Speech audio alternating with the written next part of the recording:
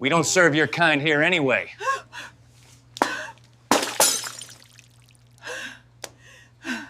You think this is a game? Oh, hi, kids. I decide. Oh my goodness. Those were the words that Officer Derek Hartwell spat at my mother before throwing hot coffee at her feet in front of 23 witnesses. What he didn't know was that the quiet black woman he was humiliating had raised the one person who could end his career with a single phone call. Sheriff Johnson, I didn't know? that she was my mother? Or that you just made the biggest mistake of your pathetic career? You know why you're here, Hartwell?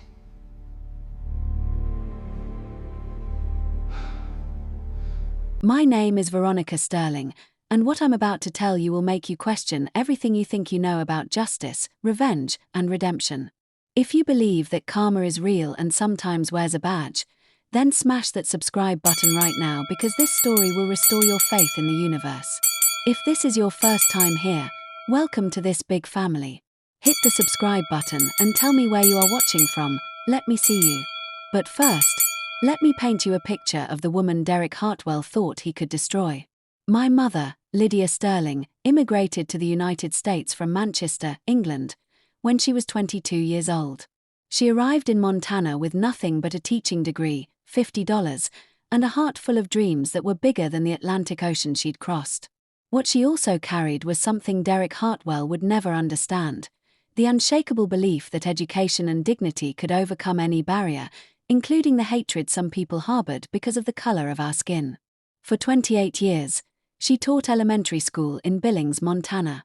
She was the teacher who stayed late to help struggling students, who bought supplies with her own money, who attended every graduation of every child she'd ever taught. She was the teacher who saw potential where others saw problems, who spoke encouragement where others spoke judgment. And every Tuesday for 15 years, she'd treat herself to the same ritual: coffee at Henderson's Cafe downtown. Same corner table by the window, same order: black coffee with a splash of cream. It was her moment of peace in a week filled with lesson plans and parent conferences. Drop a comment and tell me about someone in your life like my mother, someone who deserves respect but doesn't always get it. I want to hear from my viewers in the US, Canada, Australia, and the UK. Your stories matter. But this story isn't really about my mother's strength. It's about one racist cop's fatal miscalculation and how justice sometimes comes wearing the uniform he thought made him untouchable. Tuesday, October 15th, 2024. The day that changed everything. Derek Hartwell walked into his shift that morning already in a foul mood. For the third time in 2 years, he'd been passed over for promotion to detective. His supervisor had cited attitude problems and inability to work with diverse community members. Corporate speak for what everyone knew but wouldn't say outright. Derek was a racist who had no business wearing a badge. But Derek saw it differently. In his mind, he was being persecuted for being a white male in a system that had gone too politically correct. He was looking for someone to blame, someone to take his frustration out on. At 11:30 a.m., he walked into Henderson's Cafe for his usual coffee break. The lunch crowd hadn't arrived yet, so the cafe was peaceful, mostly retirees and a few people working on laptops. That's when his eyes landed on my mother, sitting quietly in her corner booth, reading Toni Morrison's Beloved. Now, here's something you need to understand about Derek Hartwell. He wasn't born evil. He was born ignorant, raised by parents who whispered racist jokes at dinner tables and complained about those people taking jobs from real Americans. He was a product of a system that had taught him that his whiteness and his badge made him superior to everyone else, especially black women who had the audacity to exist in spaces he considered his own. If you're still with me, and this story is making you feel something, anger, sadness, hope, then you need to subscribe. We're just getting started, and what happens next will blow your mind. Derek approached my mother's table with that particular swagger that insecure men develop when they think they have power. He looked down at this 67-year-old woman, sitting peacefully with her book and her coffee, and decided she would be the recipient of all his rage. "This section is for paying customers only," he announced loudly enough for the entire cafe to hear. My mother looked up from her book, confusion flickering across her face. She was always polite, even when politeness wasn't deserved. "I paid for my coffee, officer." Would you like to see my receipt? She reached for her purse, but Derek's hand shot out and stopped her. I don't think so, lady. I think you're trying to scam free coffee. Sir, I've been coming here every Tuesday for 15 years. Ask Maria, the owner. She knows me. But Derek was beyond reason. He was performing now, putting on a show for the other customers who were starting to pay attention. In his twisted mind, he was the hero of this story, the brave officer rooting out the undesirable elements from a respectable establishment. That's when he grabbed her cup of coffee. We don't serve your kind here anyway. The words hung in the air like poison as Derek threw my mother's coffee at her feet. Hot liquid splashed across her favorite lavender dress, the one she'd bought to celebrate my graduation from the police academy, and pooled around her shoes.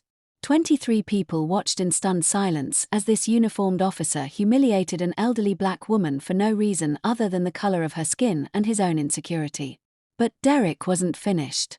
As my mother sat there, coffee dripping from her dress, trying to maintain her dignity in front of a room full of strangers, he leaned down and whispered something in her ear that I still can't repeat on this platform. Something so vile, so degrading, that the woman at the next table started crying. You people need to learn your place, he hissed, loud enough for the whole cafe to hear. This is America. My America. And you're not welcome here. My mother, this woman who had taught hundreds of American children to read, who had paid her taxes faithfully for 28 years, who had raised a daughter to serve and protect the very community that was now watching her be destroyed, gathered her book, her purse, and what remained of her dignity. She stood up slowly, her back straight despite the humiliation, and looked Derek Hartwell directly in the eye. Young man, she said in that quiet voice that had commanded respect from rowdy third graders for decades, I pity you. I pity the hatred you carry and the emptiness it must leave in your heart. Then she walked out of Henderson's cafe with her head held high, leaving behind a room full of witnesses and a security camera that had captured every second of Derek's performance. Comment below, what would you have done if you'd witnessed this? And please, tell me where you're watching from. I want to know my viewers from across the US, Canada, Australia, and the UK are feeling about this injustice. But here's what Derek Hartwell didn't know. The quiet black woman he'd just humiliated wasn't just any retired teacher. She was Lydia Sterling, mother of Sheriff Veronica Sterling, the youngest black female sheriff in Montana history and, as of the next morning, his new boss. At 2:17 p.m., my phone rang. The caller ID said Mama, and I answered with my usual cheerful greeting. Hey, beautiful. How was coffee today? Silence. Then, the sound that still haunts my dreams, my mother crying. In 29 years of life, I had heard my mother cry exactly 3 times. When her mother died, when my father left us when I was 8, and the day I graduated from the police academy because she was so proud. But this crying was different. This was the sound of a spirit being broken. Mama. What's wrong? Oh, baby, she whispered, her voice shaking. I don't want to cause any trouble, but something happened today at the cafe. As she told me what Derek Hartwell had done, I felt something inside me shatter and rebuild itself into something harder, something angrier, something more determined than I'd ever been in my life. This wasn't just about a racist cop abusing his power. This was about someone attacking the woman who had sacrificed everything to make me the person I was. Mama, what was his name? Derek something. Hartwell, I think. Veronica, please don't do anything that might hurt your career. I can handle. What did he look like? Honey, I said I can handle it. I don't want you getting involved in. What did he look like? The authority in my voice surprised even me.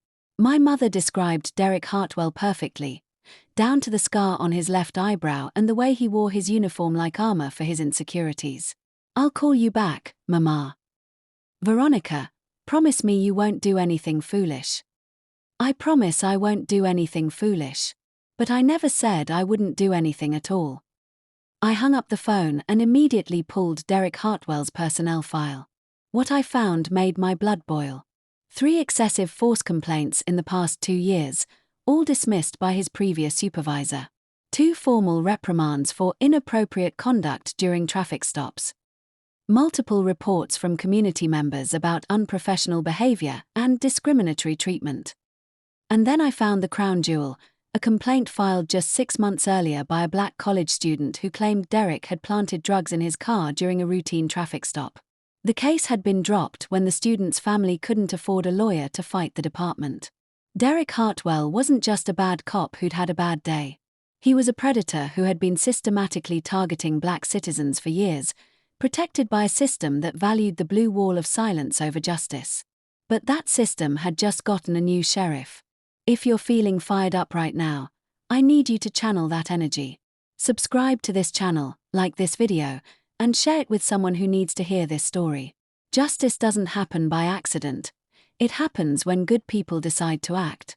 I spent the rest of that afternoon gathering evidence, making phone calls, and preparing for what would either be the most important day of my career or the shortest. Wednesday morning, October 16th, 2024. 8 a.m. sharp.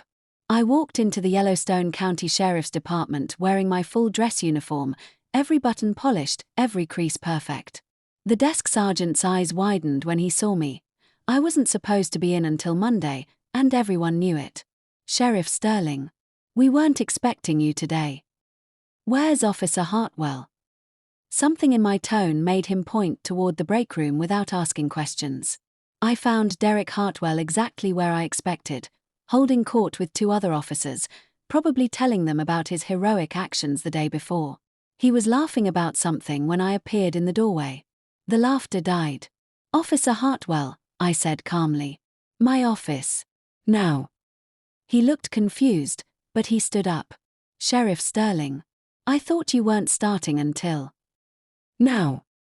The other officers scattered like roaches when the lights come on. Derek followed me down the hallway, his swagger notably absent. I could hear his breathing getting heavier with each step. I closed my office door and turned to face him. For a moment, neither of us spoke. I wanted to savor this moment, to let the anticipation build until he understood just how completely his world was about to change. Officer Hartwell, yesterday at approximately 11:30 a.m., you entered Henderson's Cafe on Main Street. Is that correct? Yes, I went for coffee. And while you were there, you interacted with an elderly black woman who was sitting alone, reading a book. Is that correct? His face went white. Sheriff, I can explain. Can you? Because what I'd like you to explain is why you threw hot coffee at an elderly woman's feet, humiliated her in front of 23 witnesses, and told her that her kind wasn't welcome in America. Derek's mouth opened and closed like a fish out of water. How did you? How did I what? How did I find out that one of my officers is a racist piece of garbage who thinks his badge gives him permission to terrorize senior citizens? Sheriff, please, I was having a bad day, and... A bad day. My voice rose despite my efforts to stay calm. A bad day. Officer Hartwell, that woman you humiliated, that woman you called your kind, that woman you tried to destroy for no reason other than the color of her skin, that was my mother. The words hit him like physical blows. His knees actually buckled, and he had to grab the back of a chair to steady himself. Your mother. My mother. Lydia Sterling. The woman who immigrated to this country with nothing but hope and dreams. The woman who taught school for 28 years, who probably taught half the people in this town how to read. The woman who worked 3 jobs to put me through law school so I could serve and protect people like you. Derek was shaking now. Sheriff, I didn't know. You didn't know what? You didn't know she was my mother, so that made it okay to humiliate her. Would it have been acceptable if she was someone else's mother? Someone else's grandmother? No, I wasn't thinking clearly. You were thinking perfectly clearly. You saw a black woman sitting peacefully in a cafe, and you decided she needed to be put in her place. You decided that your badge and your skin color gave you the right to terrorize her. I walked around my desk until I was standing directly in front of him. Well, congratulations, Officer Hartwell. You got her attention. And mine. If you're on the edge of your seat right now, wondering what happens next, make sure you're subscribed because this story takes a turn that nobody, including me, saw coming. But then Derek Hartwell did something that completely derailed my plans for destroying him. He started crying. Not the fake tears of a man trying to save his career, but the ugly, broken sobs of someone whose entire world had just collapsed. And through those tears, he said something that stopped me cold. "Sheriff Sterling, I know your mother." "What?" "Mrs. Sterling. She was my third-grade teacher at Roosevelt Elementary." I felt the floor shift beneath my feet. "What did you just say?" 1992 to 1993. I was in her class. She was the only teacher who never gave up on me. He was sobbing openly now, 20 years of buried shame pouring out all at once. I was failing everything. My parents were getting divorced, and I was acting out, and every other teacher said I was hopeless. But Mrs. Sterling, she stayed after school with me. She helped me with my reading. She told me I was smart, that I could be anything I wanted to be. The room felt like it was spinning. My mother had taught hundreds of children over the years, but she'd never mentioned Derek Hartwell specifically. But she had mentioned difficult children who'd needed extra help, children she'd refused to give up on. "She used to tell me I had a good heart," Derek continued, his voice breaking. "She said that good hearts sometimes make bad choices, but that didn't make them bad people. She believed in me when nobody else did." He looked up at me, and I saw something I hadn't expected: genuine remorse. "Sheriff, I've been angry for so long, I forgot who I used to be. I forgot the little boy Mrs. Sterling believed in. I became exactly the kind of person she tried to save me from becoming." Leave a comment below. What would you do in this situation? How do you balance justice with mercy? I want to hear from viewers around the world on this one.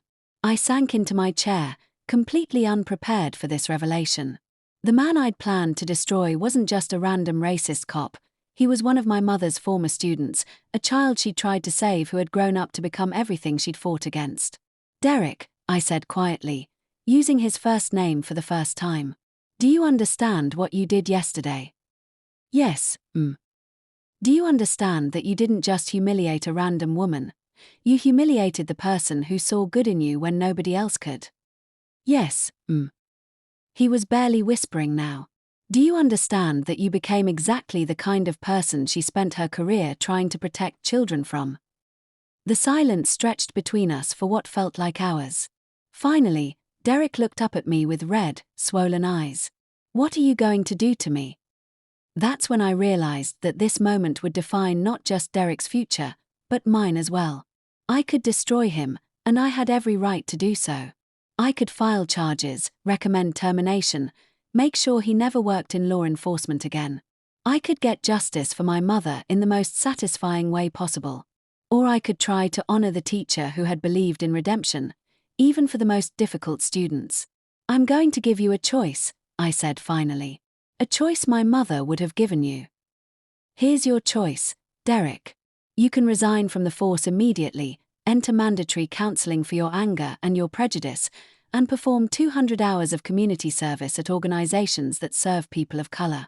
You'll also attend sensitivity training and write a formal apology to my mother and every person of color you've mistreated while wearing that uniform." His eyes widened. "And if I don't?" "Then I file criminal charges for assault, hate crime violations, and abuse of power.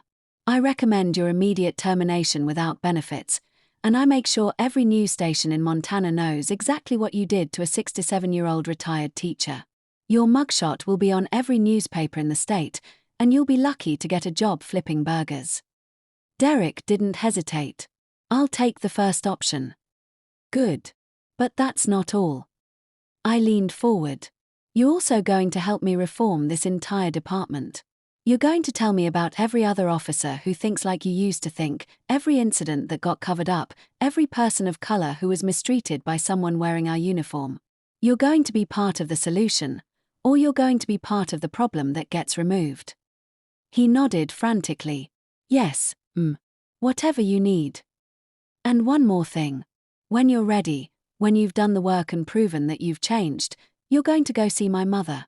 You're going to apologize not to Sheriff Sterling, but to Mrs. Sterling, the teacher who believed in you. You're going to show her that the little boy she tried to save is still in there somewhere.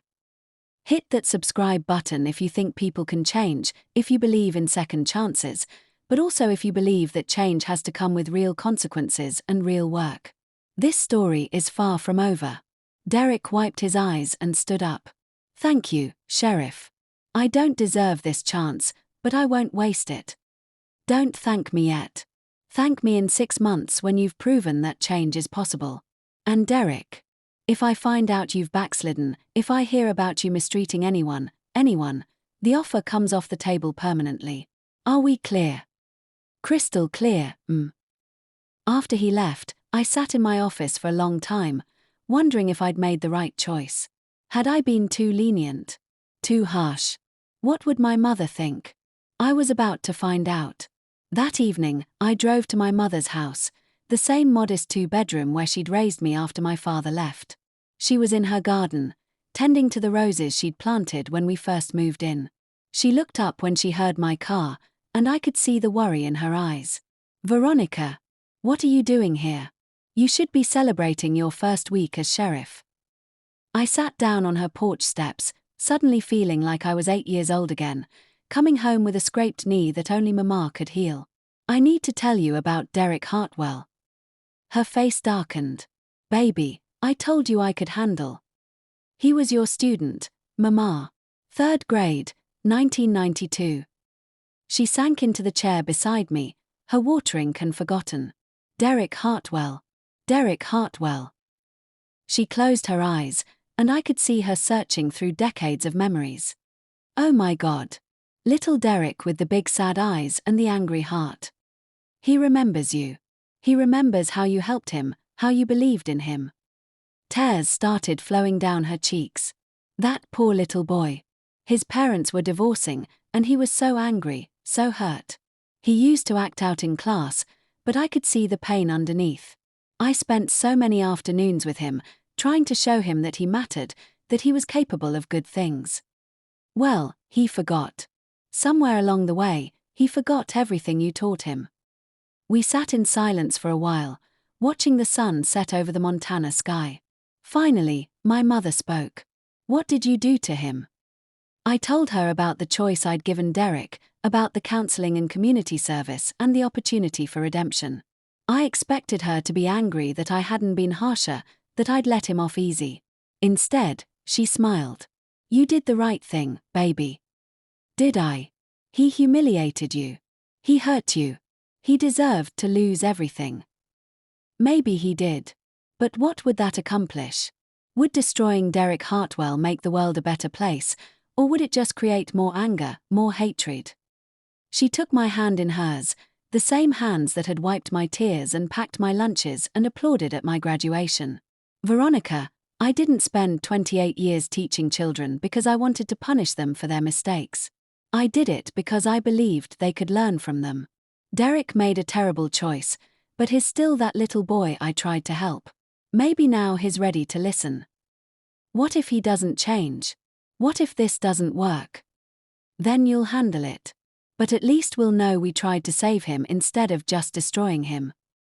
Drop a comment and tell me about a teacher who made a difference in your life. Whether you're watching from New York, London, Sydney, or Vancouver, I want to hear your stories. Teachers like my mother are heroes. 6 months later, Derek Hartwell walked up to my mother's front door. I know this because I was there, having dinner with her like I did every Sunday. When the doorbell rang, she looked at me with questioning eyes. Were you expecting someone? I shook my head, but something told me I knew who it was. My mother opened the door to find Derek standing there, hat in hand, looking nothing like the arrogant officer who had thrown coffee at her feet. He'd lost weight, and there was something different in his eyes, humility, maybe, or hope. Mrs. Sterling. I'm Derek Hartwell. I don't know if you remember me, but I remember you, my mother said quietly. Little Derek from my 3rd grade class. He nodded, tears already forming in his eyes. Yes, I came to apologize. And to thank you. My mother invited him in, and for the next 3 hours, I watched something remarkable happen. Derek told her about his journey over the past 6 months, the counseling sessions where he'd confronted his own prejudices, the community service at a homeless shelter where he'd worked alongside people he'd once viewed as other, the sensitivity training that had opened his eyes to the damage his actions had caused. He told her about the night he'd gone home and found his old report cards, the ones where she'd written notes about his potential, his intelligence, his good heart. He told her about the moment he realized he'd become everything she'd tried to save him from. "Mrs. Sterling, you wrote on my report card that I could be anything I wanted to be. You said I had a good heart, even when I was acting out. I forgot that for a long time.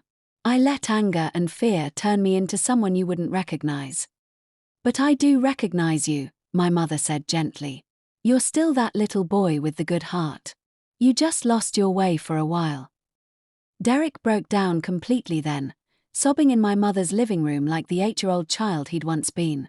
And my mother did what she'd always done. She saw past the mistakes to the person underneath.